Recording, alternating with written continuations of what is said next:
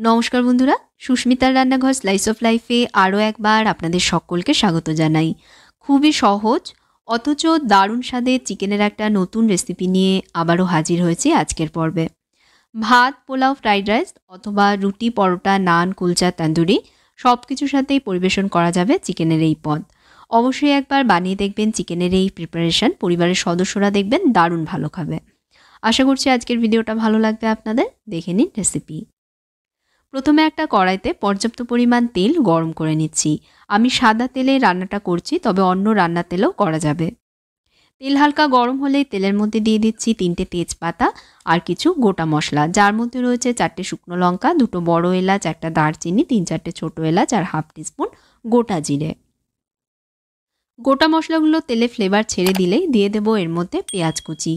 3টে মাঝারি মাপের পেঁয়াজ স্লাইস করে এখানে আমি কেটে নিয়েছি। এর সাথেই দিয়ে দিচ্ছি 4টে চেরা কাঁচা লঙ্কা, মাঝখান থেকে লঙ্কাগুলোকে চিড়ে নিয়েছি। এখন পেঁয়াজ ভেজে নেব। পেঁয়াজে বাদামি রং না আসা অবধি ভাজতে হবে। ভাজবার সময় এর মধ্যে অল্প নুন দিয়ে দিচ্ছি, এতে পেঁয়াজ থেকে জল ছাড়বে, যে কারণে পেঁয়াজ তাড়াতাড়ি নরম হয়ে যাবে আর ভাজতেও সময়টা কম নেবে। আমি বেশি আঁচেই পেঁয়াজ ভাজছি। পেঁয়াজে হালকা বাদামি রং চলে এসেছে। এখন এর মধ্যে দিয়ে দেব আদা রসুন বাটা। 1 টেবিল স্পুন আদা রসুন বাটা এর মধ্যে আমি দিয়ে দিলাম। আদা রসুনের কাঁচা গন্ধ না যাওয়া অবধি 1-2 মিনিট ভেজে নিচ্ছি। 1-2 মিনিট ভেজে নিয়েছি, আদা রসুনের রস মেল চলে গেছে। এবার দিয়ে দেবো এর মধ্যে চিকেনের টুকরোগুলো। এখানে 800 গ্রাম হাড় সমেত চিকেন রয়েছে। চিকেন জলে ভালোভাবে ধুয়ে নেবার পর জল ঝরিয়ে নিয়েছি। এখন বেশি আছে, একটু সময়ের জন্য চিকেন ভেজে নেব। মোটামুটি 3-4 মিনিট ভাজতে হবে, অথবা চিকেনের গোলাপি রং সাদা না হওয়া অবধি ভেজে নেবেন। আমি হাই আছে 3-4 মিনিট ভেজেছি। চিকেনের গোলাপি রং এখন দেখুন একটু সাদাটে দেখতে লাগছে। এবার দিয়ে দেবো এর মধ্যে গ্রেট করে রাখা টমেটো। 2টো মাঝারি মাপের টমেটো একসাথে গ্রেট করে নিয়েছি। চাইলে আপনারা টমেটোর পেস্ট বানিয়েও এর মধ্যে দিতে পারেন। অল্প নুন এর মধ্যে দিয়ে এবার চিকেনের সাথে মিশিয়ে নিয়ে 2-3 মিনিটের জন্য মাঝারি আঁচে এটাকে কষাবো। আর বন্ধুরা, ভিডিওটা ভালো লাগলে ভিডিওতে অবশ্যই একটা লাইক দেবেন, শেয়ার এবং কমেন্টস করবেন। পরবর্তী রেসিপিগুলো দেখতে চ্যানেলে অবশ্যই সাবস্ক্রাইব করবেন। সঙ্গে বেল আইকনে প্রেস করতে ভুলবেন না, যাতে নতুন রেসিপি চ্যানেলে আসলেই জানতে পারেন। আর যদি ফেসবুক পেজে দেখেন, পেজে ফলো করে নেবেন। 2-3 মিনিট কষিয়েছি, টমেটো থেকে বেশ অনেকটা জল ছেড়েছে। এখন এর মধ্যে দিয়ে দেবো কিছু গুঁড়ো মশলা, যার মধ্যে রয়েছে 1 টেবিল স্পুন কাশ্মীরি লঙ্কা গুঁড়ো, 1 টেবিল স্পুন হলুদ গুঁড়ো, 1 টিস্পুন জিরে গুঁড়ো আর 1 টেবিল স্পুন নিয়েছি ধনে গুঁড়ো। মশলাগুলো কড়াইতে দেবার পর চিকেনের সাথে ভালোভাবে মিশিয়ে নিয়ে আরও 3-4 মিনিট চিকেন লো মিডিয়াম আঁচে কষাবো। কড়াইতে ঢাকা চাপা দিয়ে লো মিডিয়াম আঁচে কষিয়ে নিচ্ছি।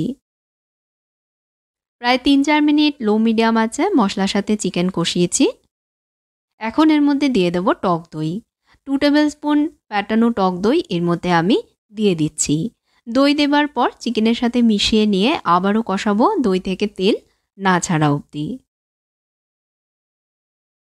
কড়াইতে আবারও ঢাকা দিয়ে লো মিডিয়াম আঁচে এটা কষিয়ে নিচ্ছি।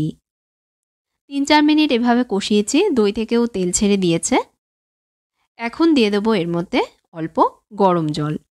জলের পরিমাণ একটু কম করেই এই রান্নাটায় দিতে হবে, কারণ এর গ্রেভি গামাখো হলে খেতে বেশি ভালো লাগবে।